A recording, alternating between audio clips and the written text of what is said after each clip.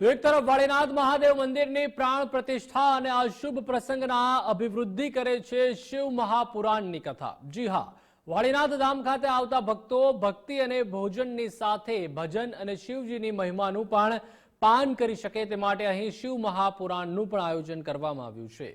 પ્રખ્યાત કથાકાર ગિરિબાપુના મુખેથી આ કથાનું ભક્તો રસપાન કરે છે।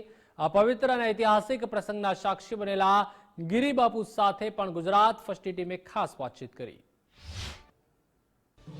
શબ્દો અલગ અલગ છે પરંતુ લાગણી એક છે। માં કહો કે મહાદેવ, વાત તો એક જ છે। આજે વાળીનાથ મહાદેવ ધામ ખાતે પ્રાણ પ્રતિષ્ઠા મહોત્સવ ચાલી રહ્યો છે અને રોજના લાખોની સંખ્યામાં ભક્તો જે છે તે મહાદેવના દર્શન માટે અહીંયા આવી રહ્યા છે। અહીંના મહંત પૂજ્ય જયરામગીરી બાપુ દ્વારા અહીંયા શિવ કથાનું પણ આયોજન કરવામાં આવ્યું છે અને આ શિવ કથા જે છે તો પૂજ્ય વક્તા શ્રી ગિરી બાપુના મુખેથી અહીંના લોકો જે છે તે અહીંના જે શ્રદ્ધાળુઓ છે તે સાંભળી રહ્યા છે।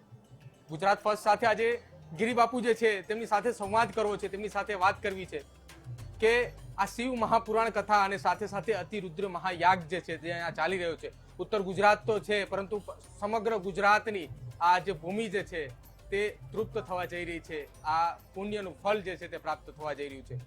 ગિરી બાપુ, સ્વાગત છે આપનું ગુજરાત ફર્સ્ટ ન્યૂઝ ચેનલમાં।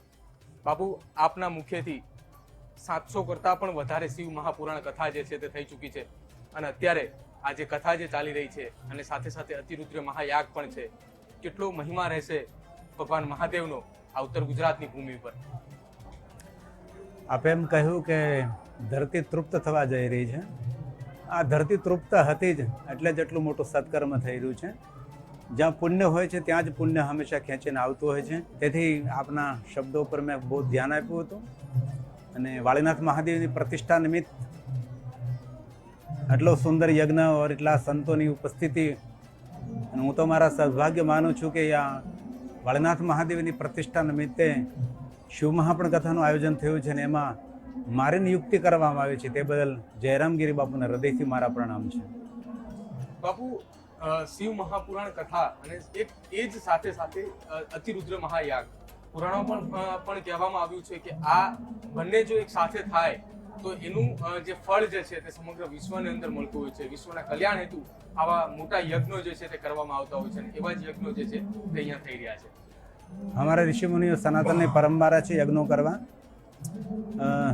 શતરુદ્ર યજ્ઞ અને શિવકથા સાથે કરવું એવું તો નહીં, પણ યજ્ઞની અંદર જજમાનોની ઉપસ્થિતિ હોય છે, બ્રાહ્મણોની ઉપસ્થિતિ હોય છે, બાકીના સભી યજ્ઞની પરિક્રમા કરતા હોય છે। તો સાથે જો સત્સંગ હોય તો ઘણા બધા જ માણસો સત્સંગમાં બેસી જાય અને સારી રીતે એક વ્યવસ્થાનું આયોજન થઈ શકે।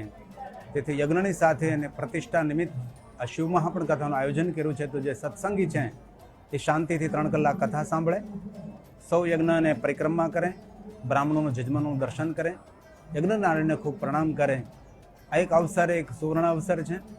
આવા અવસરો ફરી ફરી ક્યારેય જીવનમાં પ્રાપ્ત થતા નથી। કથામાં પણ મેં કહ્યું હતું કે આ ઉત્સવ મહોત્સવની અંદર, વાળીનાથ પ્રતિષ્ઠા મહોત્સવની અંદર જેને જેને ભાગ લીધો છે, કોઈ તનથી સેવા આપી, કોઈ મનથી સેવા આપી, કોઈ ધનથી સેવા આપી, જેની પાસે જે હતું તે સમર્પણ કર્યું છે, એવા દરેક પવિત્ર આત્માઓને મેં ગિરિબાપુ હૃદયથી પ્રણામ કરું છું એવું મેં કથામાં કહ્યું છું અને ખૂબ આનંદની લાગણી અનુભવું છું।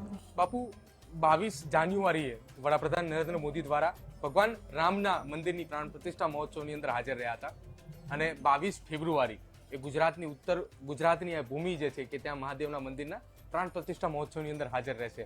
એક નજરે જો મંદિરને જોઈએ તો એ ભગવાન રામનું મંદિર હોય કે ભગવાન મહાદેવનું, બંને એક સરખા જ લાગી રહ્યા છે। બહુ જ ભાવ પ્રગટ કરું છું।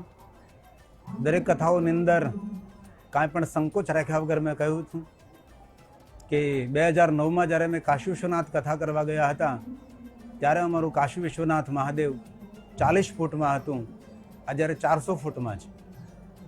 એ જ રીતે મહાકાલેશ્વર મહાદેવના પરિસરનું આપણે દર્શન કરીએ, સોમનાથ મહાદેવના વિસ્તારનું દર્શન કરીએ।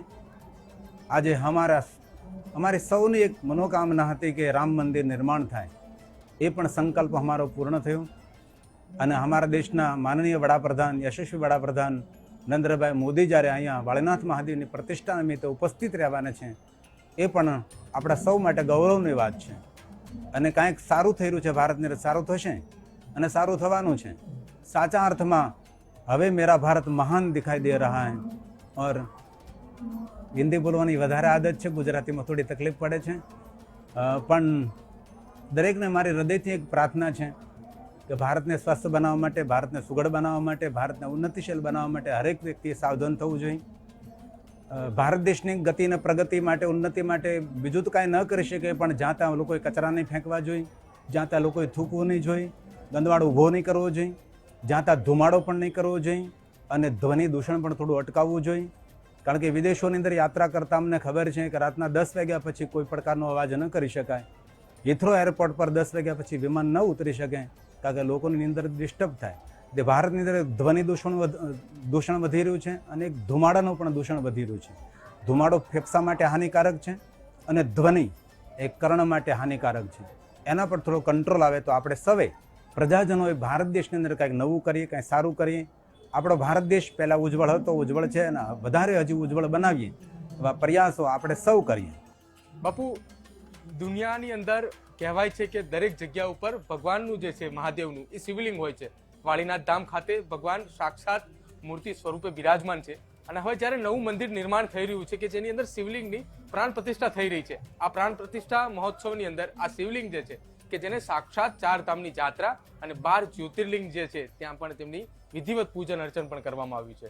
આમ તો ઘણી જગ્યાએ એવું જોયું છે કે જ્યાં જ્યાં શિવલિંગની પ્રતિષ્ઠા કરવામાં આવે છે, દેવતાઓની પ્રાણ પ્રતિષ્ઠા હોય છે, મહાદેવની સ્થાપના અને પ્રતિષ્ઠા હોય છે, તો 12 જ્યોતિર્લિંગથી તીર્થોની અંદરથી માટી લાવવામાં આવે છે. પણ એવું તો નથી સાંભળ્યું કે કોઈ શિવલિંગ લઈને 12 જ્યોતિર્લિંગની અંદર સ્પર્શ કરાયું, 4 ધામની યાત્રા કરાવી. આ પહેલી વાર, આ મારા ઉંમરમાં મેં પહેલી વાર આ સાંભળ્યું છે કે આ વાળીનાથ મહાદેવનું જે શિવલિંગ સ્થાપિત કરવાનું છે, 12 જ્યોતિર્લિંગ અને તીર્થોની યાત્રા કરીને આ શિવલિંગ અહીંયા સ્થાપિત કરવામાં આવે છે. કથામાં પણ મેં કહ્યું હતું કે કોઈ માણસ ભારત દેશની સર્વ યાત્રાઓ ન કરી શકે, 12 જ્યોતિર્લિંગની યાત્રા ન કરી શકે, અને વાળીનાથ મહાદેવ શિવલિંગના દર્શન કરશે તો તેને 12 જ્યોતિર્લિંગ અને સર્વ તીર્થોની યાત્રાનું ફળ આ વાળીનાથ મહાદેવના દર્શન કરવા માત્રથી પ્રાપ્ત થશે. અને કંઈક સમાજમાં નવું થાય, નવો સંદેશ મળે, એ દરેકના પ્રયાસો હોવા જોઈએ. અને જયરામગીરી બાપુના પ્રયાસને, પુરુષાર્થને, આ સમગ્ર સમાજને મારા બહુ હૃદયથી પ્રણામ છે કે સમાજને એક સુંદર માર્ગદર્શન અને સમાજને એક નવી દિશા દેખાડી રહ્યા છે. એટલો સમાજ સંગઠિત થઈને એટલું મોટું વિરાટ કાર્ય કરી રહ્યા છે, તેથી સમાજના દરેક અગ્રણીઓને પણ મારા હૃદયથી પ્રણામ છે. બિલકુલ, ખૂબ ખૂબ આભાર બાપુ અમારી સાથે વાતચીત કરવા બદલ. તો આ હતા શિવ મહાપુરાણ કથાકાર પૂજ્ય ગિરી બાપુ, કે જેમને 700 કરતાં પણ વધારે કથાઓ જે છે તે દેશ અને દુનિયાની અંદર કરી ચૂક્યા છે. જેમ વિદેશમાં જાય છે અને ત્યાંની જે રહેણી કહેણી છે, ત્યાંની જે પરંપરાઓ જે છે, તેની પરંપરાઓ તો ના શીખે, પરંતુ ત્યાંની જે રહેણી કહેણી છે, ત્યાંનું જે વાતાવરણ છે, ત્યાંની જે શુદ્ધિકરણ છે, એ વસ્તુ શીખવા માટે તેમને આગ્રહ પણ કર્યો છે. અને સાથે સાથે જે લોકોએ આ 4 ધામની યાત્રા અથવા તો સંપૂર્ણ તીર્થસ્થાનો નથી ગયા, તે વાળીનાથ ભગવાનના જે છે તે એકવાર દર્શન કરી લે તો એટલું જ ફળ તેમને મળતું રહેશે કે જે 4 ધામની યાત્રા અને સાક્ષાત તીર્થસ્થાનોના દર્શન કરી શકાય. ધન્યવાદ. દર્શકોને હૃદયથી પ્રણામ. ઓમ નમઃ શિવાય. ઓમ નમો નારાયણ. ભારત માતા કી જય.